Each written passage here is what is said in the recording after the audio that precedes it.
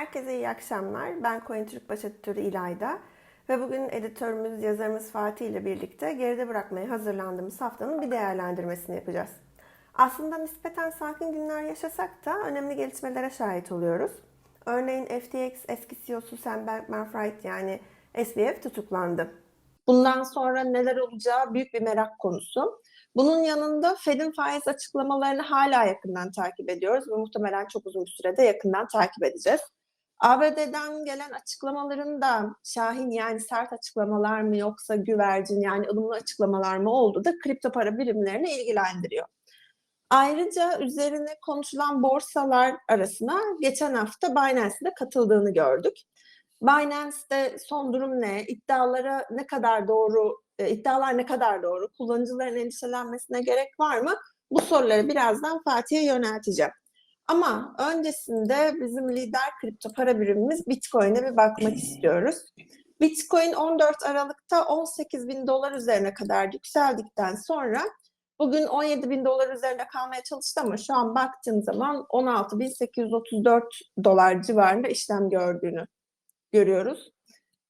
Bitcoin artışının arkasındaki esas neden ABD enflasyon verisinin beklentinin altında gelmesi oldu aslında.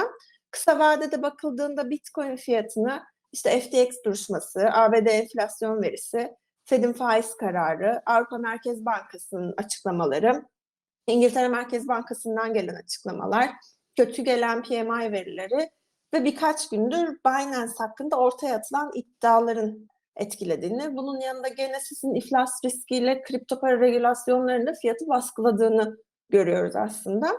Özellikle son gelişmede Fed açıklamaları, Amerika'dan gelen açıklamalar ve Binance olayının etkili olduğu görülüyor. Peki Fatih, agresif faiz artışları bitti mi? Çünkü 50 bas puan artış geldi. Fed'den gelen açıklamalar ne yönde? Bu açıklamalar nasıl etkileyecek ekosistemi? Tamam, çok güzel.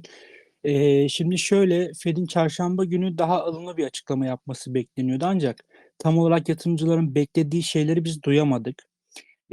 Bitcoin fiyatı senin dediğin gibi enflasyon 0,2 puan düşük geldiği için çarşamba günü fiyat 18.300 doların üzerine çıktı. Daha önce birçok kez enflasyon konusunda ikna edici veriler görmeliyiz diyen Fed Başkanı çarşamba akşamı biraz daha temkinli konuştu. Önümüzdeki yıl için faiz indiriminin olmayacağını net biçimde söylemesi de piyasadaki iyimserliği baltaladı açıkçası. Yatırımcılar düşmeye devam eden enflasyon ve artan resesyon endişeleri nedeniyle Fed'den aslında bir geri adım bekliyordu bu çarşamba günü. Faiz artırımlarını yavaşlatacağını önceki toplantıda söyleyen Powell bu hafta bunu kesin olarak ifade etti. Yani Şubat başında yapılacak olan toplantıda yine 50 bas puan veya 25 puan faiz artışı yapılması bekleniyor.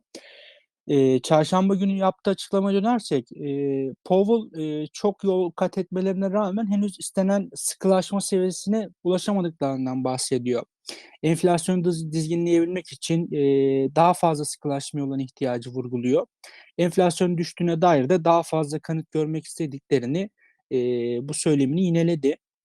Peki Powell neden bu kadar temkinli? Yani enflasyon düşüyor, işte atıyorum faiz artışlarının etkisi görülüyor vesaire. Bunun için aslında geçtiğimiz yılı hatırlamamız gerekiyor. Enflasyon artmaya başladığında Powell bunun geçici olduğunda aylarca ısrar etti 2021 yılında. Sonrasında 2021 Aralık dönemine geldiğimizde enflasyonu kabul etti ama artık bu önü alınamaz bir seviyeye gelmişti. İkinci kez böylesine büyük bir yanlış adım atmak istemiyor açıkçası. Çarşamba günü de söylediği gibi erken gevşemenin çok büyük bir tehlike olduğunu biliyor. Önümüzdeki yıl yapılacak ilk toplantı Şubat ayında ve işsizlik, işte konut satışları, enflasyon gibi kritik veriler geldikten sonra Fed nihai kararını verecek. Konut enflasyonda düşüş bekleniyor ve Powell sıkı para politikasıyla işsizliğin çok ciddi bir patlama yaşamayacağı konusundan kendinden emin.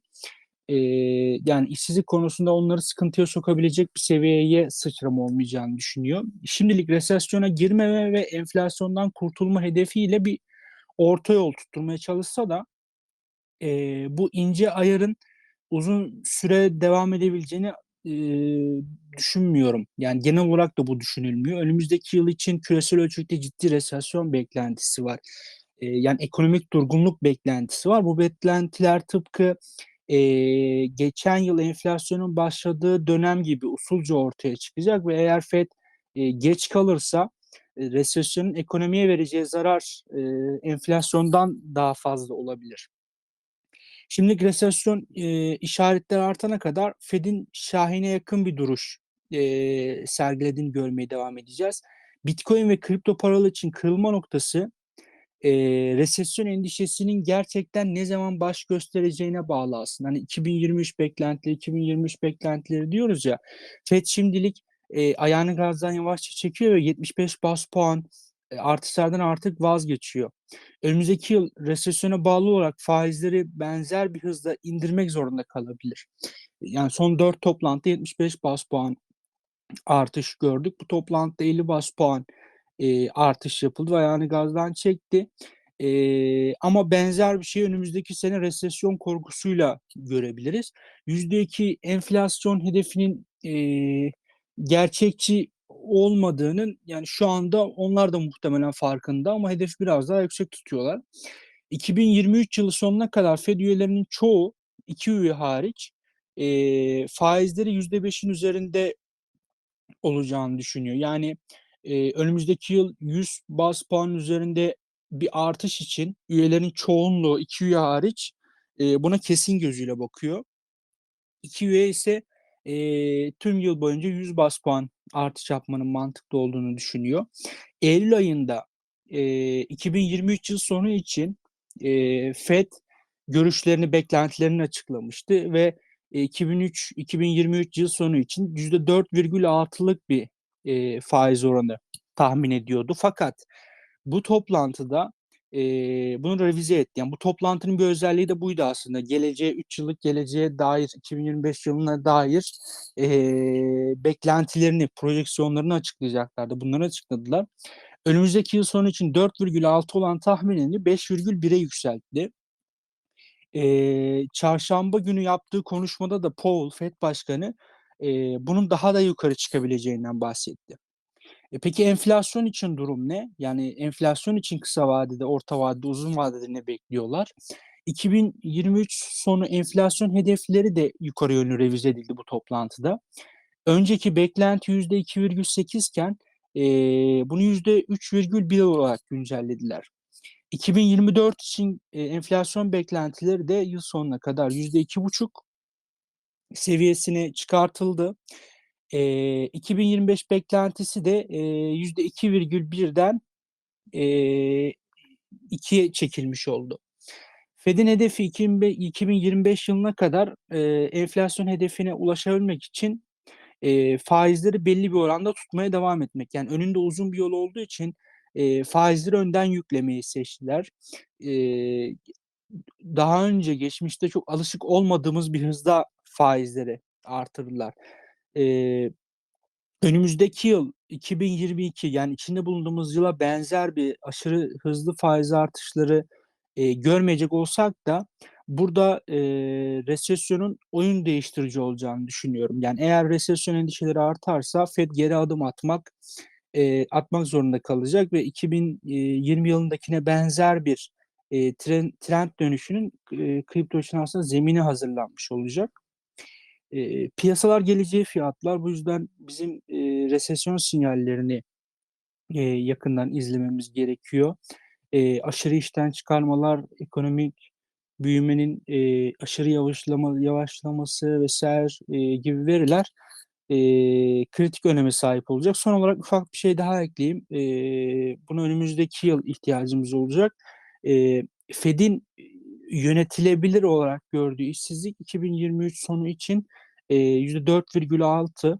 Önceki beklentilerini %0,2 puan yukarı çıkardılar. 2025 için de yine 4,5 ve uzun vadede de %4'ü hedefliyorlar. Teşekkür ederim Fatih. Aslında bu hafta Bitcoin fiyatı üzerinde baskı yaratan etkenlerden birisi de Binance'e yönelten eleştiriler oldu. Aslında Binance ekosistemi temizleme ve uyum sürecini biraz hızlandırma adına attığı adımlarda sanki biraz da kendi bacağına sıkmış gibi oldu. Şimdi ilk olarak Binance'in rezervlerini, şeffaflığını arttırma çabalarının bazı sorunları beraberinde getirdiğine şahit olduk. Küresel denetim şirketi Mazars her ne kadar rezerv ispatı denetiminin ilk raporunda %101 teminatlandırma olduğunu belirlese de bazı kırmızı noktaları olduğuna dikkat çekti. Nitekim bugün Mazars'la ilgili de sorunlar ortaya çıktı. Bir de Amerika Adalet Bakanlığı savcıları arasındaki görüş ayrılıklarının Binance hakkında uzun süredir devam eden cezai soruşturmanın sonuçlanmasını geciktirdiğini öğrendik. Bu durum aslında kripto paralar üzerinde de bir düşüş etkisi yarattı. Sonrasında gelen Binance açıklamalarının ise kullanıcıların içinde su serpip serpmediği de şu an için muamma gibi gözüküyor benim gözümde. Tabii Binance CEO'sunun yaptığı açıklamaları da unutmamak gerekiyor bu noktada. Fatih, sen Binance'in içinde bulunduğu durumu nasıl yorumluyorsun? Aslında Binance neyin içinde? Bizi ne bekliyor? Ve tabii ki kritik soru, Binance şu an bizim için güvenli mi? Tabii şimdi Binance aslında günlerdir FAD'la mücadele etmeye çalışıyor. Yani Binance CEO'su CZ süreci büyük ölçüde iyi yönetmiş olsa da sadece Salı günü platformdan net 1,14 milyar dolar çıkış oldu. Toplam çekim 6,5 milyar dolardı. İşte CZ ertesi gün bunun işte gayet normal bir süreç olduğunu vesaire açıkladı. FTX ve Luna iflaslarında daha büyük çıkışlar gördüklerinden bahsetti. Yani süreci normalleştirmeye çalıştı aslında. Kasım ayında Binance CEO'su Crypto.com, Gemini gibi birkaç borsada benzer bank run'lar tetiklemişti. Şimdi benzer bir şeyi kendisi yaşıyor. Binance rezervleri 69 milyar dolardan bugün 57 milyar dolara geriledi. USDC çekimlerinin duraklatılması aslında bu bahsettiğimiz panik çekimlerin, yani bank run diyoruz. Bank run müşterinin bankaya koşup parasını çekmek istemesi anlamına geliyor. Tüm müşteriler bankaya gidip parasını çekmek isterse bunun karşılığı olmuyor. Banka batıyor. Binance'da da veya atıyorum Crypto.com bunu çok şiddetli yaşadı. Herhangi bir borsaya da böyle bir akın olduğunda borsa gerekli likiditeye sahip değilse eğer çekimleri karşılayamıyor ve FTX olayında hiç likidite birebir karşılamıyordu. Direkt iflas etti. Diğer borsalarda iflas olmasa da daha ciddi sıkıntılara yol açabiliyor. Peki Binance için bu problemin tetikleyen şey neydi? USDC çekimlerinin duraklatılmasıydı. Ve Binance hakkında açılandan ziyade 2018 yılında başlatılan soruşturmayla alakalı yeni bir gelişmenin duyurulmasıydı.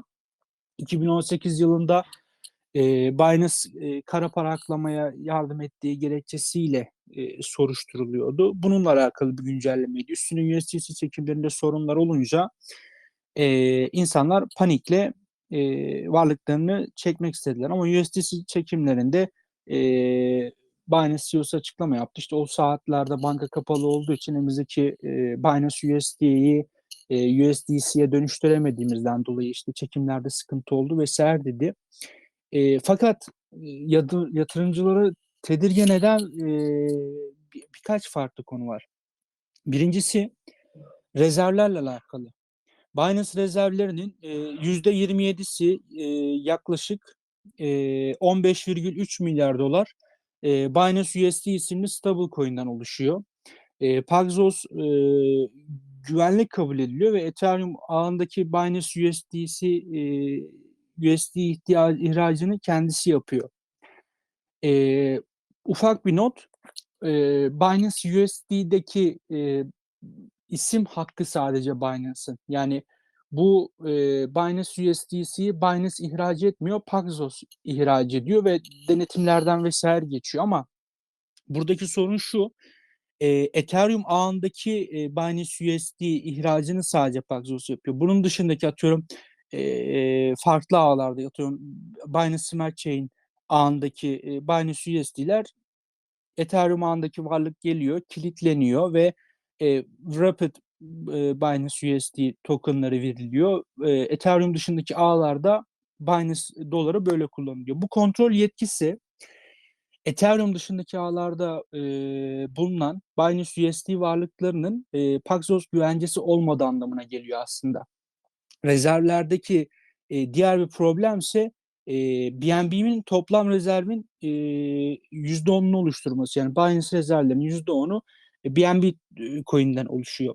5,6 milyar dolarlık BNB bulunuyor ve Binance herhangi bir dava veya yasakla karşı karşıya geldiğinde bu rezervin dolar karşılığı büyük ölçüde eriyecek. Yani riskli bir şey.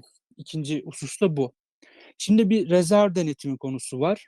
Binance ve diğer birçok borsa FTX sokana kadar on-chain üzerinde bile bir rezerv kanıtı paylaşmıyordu.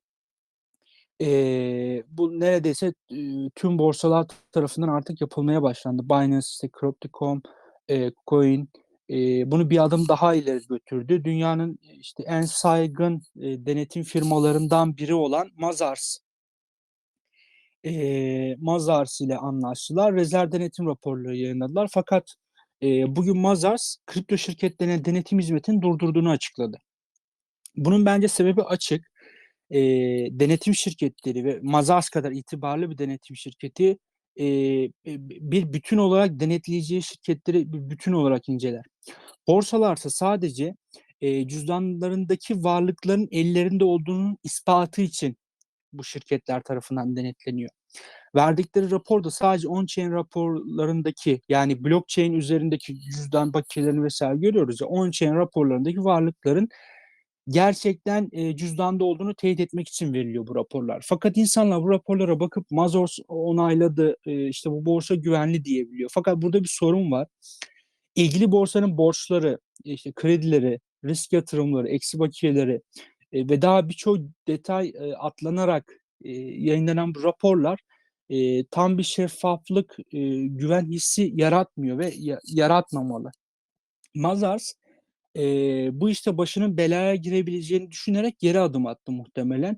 Binance CEO'su da hiç atıyorum farklı bir şirketle anlaşacağız, işte daha iyi bir denetim, hani üçüncü büyük denetim şirketiyle çalışıp birinci büyükle çalışacağız falan demedi veya atıyorum sorunu çözeceğiz vesaire demedi. Onun yerine ne dedi? On-chain en büyük denetim raporudur. Bu açıklamada bulundu. Şimdi Bitcoin'in bugün aslında 17 bin dolara, hatta 17 bin doların da altına düşmesinin sebebi de aslında bu. Kripto güvene ihtiyaç duyulmaması gerekilen bir alan ve aslında birçok defa bunu sağlıyor. Kod istismarları işte vesaire bir kenara bırakırsak. Merkezi borsalardan daha güvenilir şeffaflık anlamında. Ama Binance ve diğer kripto şirketleri Mazars gibi devler tarafından denetlenemiyor. Peki sonuç ne? Yani ne olacak da bu FAD bitecek? Veya işte Binance gerçekten güvensiz mi? Güvenmemeli miyiz diye soracak olursak şuna bakmamız lazım. Şimdi bir Binance Global var. Tüm dünyadaki kullanıcılara hizmet veriyor. Bunun dışında Binance Türkiye, Binance ABD gibi ülkelere özel şirketler var. Alt şirketler.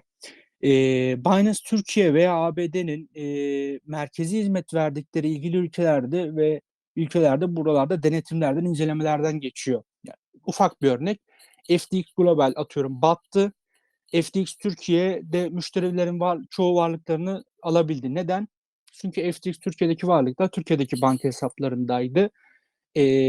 Buradaki yöneticileri Türkiye vatandaşıydı çoğu. Risk almak istemediler. Müşteri varlıklarını bankadaki hesaplarıyla birlikte direkt müşterilere dağıttılar.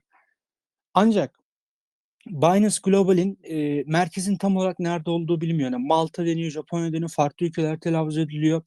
Binance Global'in öncelikle ABD veya Avrupa Birliği'ne merkezin taşıması gerekiyor. Yani nasıl ki Binance Türkiye buradaki yetkililer tarafından incelenebiliyor.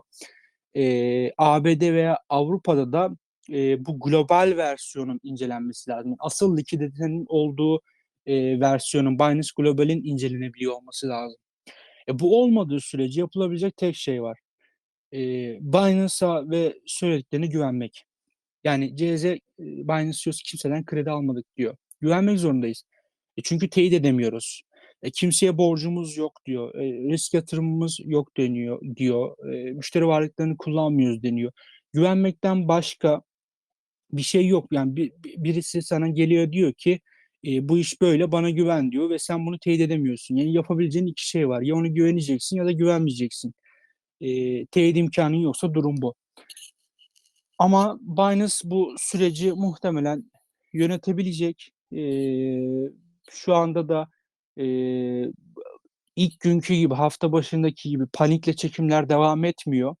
Ama bir sorun da çözülmüş değil, yani artık denetim raporu, işte Mazars'la artık bir üst seviyeye çıktı dedik. Şimdi Mazars komple çekildi. Şimdi denetimde tekrar başa döndük.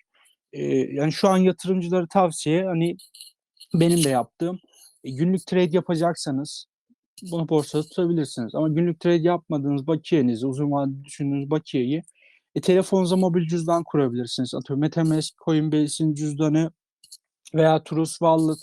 Bunların hepsi e, Coinbase hariç açık kaynak cüzdanlar. Yani Binance'ın veya Coinbase'in bunlarda bir denetim yetkisi yok. Bu tarz mülkiyeti kendi üzerinize alacağınız cüzdanları kullanarak varlıklarınızı buraya taşıyabilirsiniz. Onun dışında yani FTX mesela, geçen sene bugünlerde sorsaydın hani 100 kişiden kaçı batar derdi. Şu anda Binance için durum aynı öyle. Batana kadar kimse batar demeyecek. Anladım Fatih, teşekkür ederim. Yani aslında burada önemli olan yatırımcının kendini güvene alabilmesi. Çünkü dediğin gibi şu anda ekosistemde aslında net bir regülasyon değil, hiçbir regülasyon yok şu anda. Ama senin söylediğin gibi Binance'in Avrupa'ya ya da Amerika'ya net bir şekilde merkez açması onu biraz daha düzenlenebilir hale getirebilir ve daha önceki yayınlarda da söylemiştik. Her ne kadar biz regülasyon istemiyoruz, hayır desek de aslında regülasyon kripto para ekosistemini bir temele de oturtabilecek seviyede olabilir ki ben nitekim en sonunda böyle olacağını düşünüyorum. Hani her ne kadar uğraşsalar da anlamaya çalışsalar da her şey kripto paraların lehine gelişecek eninde sonunda. Çünkü artık bu alan yadsınamaz. Hani hep diyoruz ya, Dogecoin bir meme token ama artık piyasada yadsınamaz bir şekilde var. Kripto paralar da aynı şekilde artık tüm dünya ekonomisinde var. O yüzden ben de senin gibi kişinin kendi korumasını almasını tavsiye edebilirim bu noktada. Peki, şimdi gelelim asıl olayımıza, FTX'e ve tutuklanan eski CEO'suna Sam Bankman-Fried'a. 13 Aralık'ta SBF'in Bahamalar'da tutuklanması her ne kadar beklenen bir durum olsa da yine de bomba etkisi yarattı piyasada. Çünkü pek çok kişi tutuklanma hamlesi bekliyordu da biz aslında bu kadar hızlı beklemiyorduk yani. Yine 13 Aralık'ta SBF, FTX ve Alameda ile ilgili CFTC'nin beklenen davayı açtığını öğrendik. FTX kurucusunun 1 milyona yakın yatırımcıyı dolandırdığı için oldukça ciddi bir ceza alması bekleniyor. Gidişat nasıl? Son gelişmeler ne Fatih? Aslında çok aşırı bir gelişme yok o tarafta. Yani FTX kurucusu artık hapiste ve 150 yıla yargılanıyor. ABD tarafında açılan davaların karşılığı olarak. Bahamalarda kaldığı hapishane berbat bir yer. Yani eğer bizi dinleyen FTX mağdurlarının biraz içi soğur mu bilmiyorum ama zor şartlarda şu anda yaşıyor. Sizi 155 zor yılla yaklaşık yargılanıyor. sizi zor şartlarda bırakan da zor şartlarda, merak etmeyin yani. Kesinlikle. CFTC ve SEC şikayetlerini yaptı. Yakında ABD'ye iade edilmesi bekleniyor. Artık ABD'de yargılaması tamamlanır. Hapse girer. Bu olayda ABD'li siyasiler için nasıl diyeyim, iyi bir kadavra olur. İyi bir otopsi yapabilecekleri iyi bir örnek olur. Güzel bir incelerler. Bu FTX, atıyorum SBF nerede ne yanlış yapmış, biz bu kripto şirketlerini nasıl düzenlemeliyiz konusunda bir karara bağlarlar. Bu hafta Senato'daki oturum 2 gün boyunca devam etti. FTX kurucusuyla yakınlığıyla bilinen Kevin burada Binance CEO'sunu FTX'i batırmakla suçladı. Ee, Bazı senatörler, temsilciler bu konu üzerine çok düşüyor. Belki Binance'da iflasa sebebiyet verdi deyip bir ekstra bir yeni bir soruşturma da başlatabilirler. Yani şu an hiç ortada öyle bir şey yok. Ancak bunu daha önceki yayınlarda da konuşmuştuk. Binance aslında bardağı taşıran son damlaydı. Yani direkt iflasın sebebi değildi. belki öyle bir süreç de başlayabilir. Yani bu belkiler, atıyorum Genesis belki iflas edebilir. Atıyorum Binance'a belki yeni bir dava açılır. Bu belkiler şu an yatırımcıları korkutan şey aslında. Yani şu an piyasa düşüyor, çıkıyor, insanlar alım yapmıyor. Yani geçen sene 50 binde alım yapan yatırımcı şu an 17 binde yatırım yapmıyor, para sokmuyor içeri ki fiyat 17 binin altına düşüyor. Bu belkiler işte bu tedirginliği besleyen şey. Yani bir trend dönüşünden bahsediyoruz ya artık, hani kripto paralar artık yükselmeye başlayacak tekrardan, e, boğa sezonu başlayacak. İşte bu belkilerin biraz azalması lazım, biraz bitmesi lazım. Yani şu anki durum bu. FTX davasında artık ABD'ye iade şu anda elenen bir konu. Onun yapılması bekleniyor. Yapıldıktan sonra da artık regülasyonlar konusunda iyi bir katalizör olacağını düşünüyorum FTX olayının. Şimdilik bekliyoruz.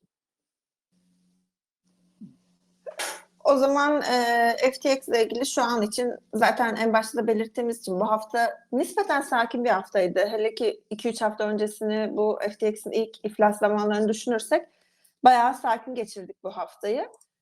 Bitcoin ve kripto paralar da belli bir aralıkta sıkışmış durumdalar zaten şu anda ve muhtemelen FUD'un etkisiyle birlikte bir sıkışıklık yaşanıyor. Bu sıkışıklığın da hangi yönde kırılacağı, mesela Bitcoin'in 18 bin dolar üzerinde kalıcı olması veya yeniden 16 binin altını görmesi gibi durumları takip etmekte fayda var. Belki biraz da sakin kalmakta fayda var şu anda. Çünkü Fatih'in de dediği gibi şu anda çok fazla belki var piyasada. Birazcık piyasanın netleşmesini ve zeminin sağlamlaşmasını beklemek gerekiyor gibi geliyor bana. Kesinlikle. Teşekkür ederim o zaman Fatih. Güzel bir yayın oldu. Güzel bir hafta değerlendirmesi oldu. Bu Çok ufak yayını bir şeye de aslında değinebiliriz. Bu Tether tabii tabii. konusunda, bu son olanlar. Şimdi Binance hani nasıl en büyük kripto para borsasıysa, hani hacim bakımında %50'den fazla diyoruz. Tether'da stablecoin anlamında en yoğun kullanılan token. Aslında kriptoda iki şey bitmiyor İlayda. Birincisi volatilite, ikincisi Tether fadları. İkinci şey zaten birincinin sebebi oluyor. Tether yine gündemde. Yani bu sefer ama kararlı görünüyorlar. Tether son olarak 2023 sonuna kadar teminatlı kredi ihracını sıfıra indireceğini bu hafta açıkladı. Çok kısa bu konuya değinelim. Çünkü Binance'ın güvenilirliği kadar USDT'nin de güvenilirliği çok önemli. Çünkü bunlar iki saç ayağı gibi aslında. Şimdi Tether neden kredi ihraç ediyor? Çünkü market maker ve işte risk fonları bunu talep ediyor ve kripto teminat olarak gösterip kredi e, alıp bunu kullanıyorlar. Tether'da kredi verip para kazanıyor. Sorun aslında burada hem stablecoin ihraççısı olup hem de kredi dağıtan bir banka gibi davranan Tether'dan kaynaklanıyor. Yani hem bir hedge fon yatırımcısısın, hem kripto kredi verensin, hem stablecoin ihraç ediyorsun. Bu artık bu vahşi batı kuralsızlık ortamını özgürlük maskesinden piyasa arındırmaya başladı. Tether istediği riskleri alacak ve bunu işte daha fazla para kazanmak için yapacak. Sonra da işte hakkında sürekli fark çıkıyor diye isyan edecek. Yani bu konuda haksızlar ve piyasa onları da artık düzeltmeye itiyor. Tether bir açıdan ateşle oynuyor. İşte kredi verdikleri işte en büyük şirketlere mesela baktığımızda çok kısa, mesela en fazla kredi alanlardan bir Alameda'ydı. FTX'in yan şirketi iflas eden. İşte sonra Binance Market Maker, işte Bitfinex Market Maker, işte Amerika'dan çekilmek zorunda kalan Nexo, işte Jump Trade yine Market Maker, Justin Sun vesaire. Yani bu saydıkların hepsi de iflas etme potansiyeli olan şirketler. Çünkü kripto volatil ve yeterince büyüklükte düşüşler yaşandığında kripto hikayesinin nasıl, kripto kredi hikayesi nasıl bir işte sade zincirine döndüğünü biz gördük. Celsius'ta gördük, Voyager'da gördük, BlockFi'de gördük. Hepsinde bunları gördük. Tüm kripto şirketleri artık hayatta kalmak için piyasanın kendisine dayattığı bu dönüşüme girmek zorunda. Tether da bunu yapıyor. Tether rezervleri bundan aylar önce ticari kağıtlarla doluydu. Bunu ABD tahvil ve bonosuna dönüştürdü. Denetim konusunda suçlanıyordu. BDO gibi çok iyi bir firmayla anlaştılar. Üçüncü denetim raporunu yayınladılar. Şimdi de kripto kredi olayından çıkıyorlar. İşte çok da doğru yapıyorlar aslında. Yani sen eğer kripto kredi dağıtırsan X şirket iflas etti. İnsanlar Tether acaba kaç para kaybetti diye düşünüyor. Yani bugünlerde olan şeyler veya ticari kağıda yatırım yapıyorsan rezervlerde ticari kağıt tutuyorsan insanlar işte Evergrande'de batıyor. Tether acaba buradan da kağıt aldı mı diye düşünüyor. Yani tüm bunların önünü kesmeleri için şu anda bir dönüşüme giriyorlar. Tether'da artık e, daha güvenli olacağı bir forma doğru evriliyor. Genel olarak şu anda herhangi bir problem yok. E, Bu piyasa düşüşlerine genelde Tether FAD'ı standarttır. E, Şu an için endişelenecek bir şey yok. Yani Tether tarafında da son durum genel olarak böyle. Senin de söylediğin gibi Tether aslında şu anda kripto paranın mihenk taşlarından bir tanesi. Hem stablecoin tarafında hem piyasa hacmine baktığımızda hala 3. sırada. Bu yüzden Tether'ın atacağı adımlar önemli ama senin dediğin gibi ben de Binance gibi bir durumda olduğunu düşünüyorum Tether'ın.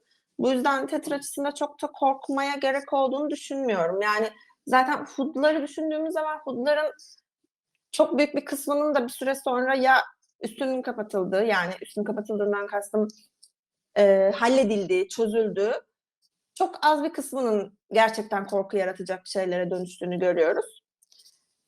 Bunun Evet. dışında eklemek istediğim bir şey var mı Fatih? Yok, sadece biraz daha böyle herkesin böyle biraz geniş çerçeveden daha yukarıdan bakması gerekiyor olaylara. Mesela kriptoya atıyorum geçen yıl, bu yıl veya işte birkaç yıl önce girenler MetaGax olayını hatırlamazlar bile veya duymamışlardır bile. Ki kriptonun en büyük iki borsasından biriydi ve hacmin %70, %80'inden fazlası oradan dönüyordu. MetaGax hacklendi ama kripto 69 bin doları gördü. Yani bence bugünlerde geçecek.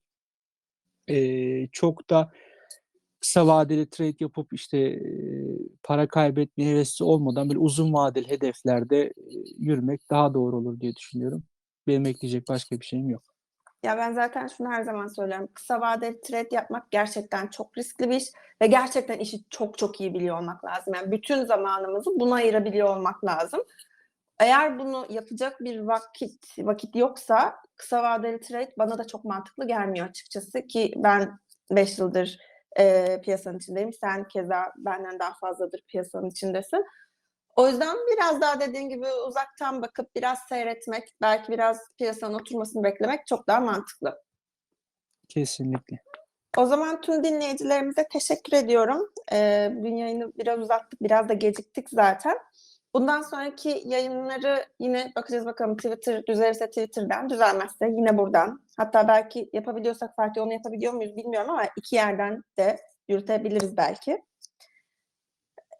Bunu bir deneriz. Bu Tamam. yayının YouTube'da da eklemesini yapıyoruz. YouTube'a da eklemesini yapıyoruz. Tekrar denemek isteyenler veya bir kısmını kaçıranlar oradan da ulaşabilirler. Çok teşekkür ederiz bütün katılımcılara. Fatih, sana da çok teşekkür ediyorum. Ben de teşekkür ediyorum. Herkese iyi akşamlar diliyorum. İyi akşamlar herkese.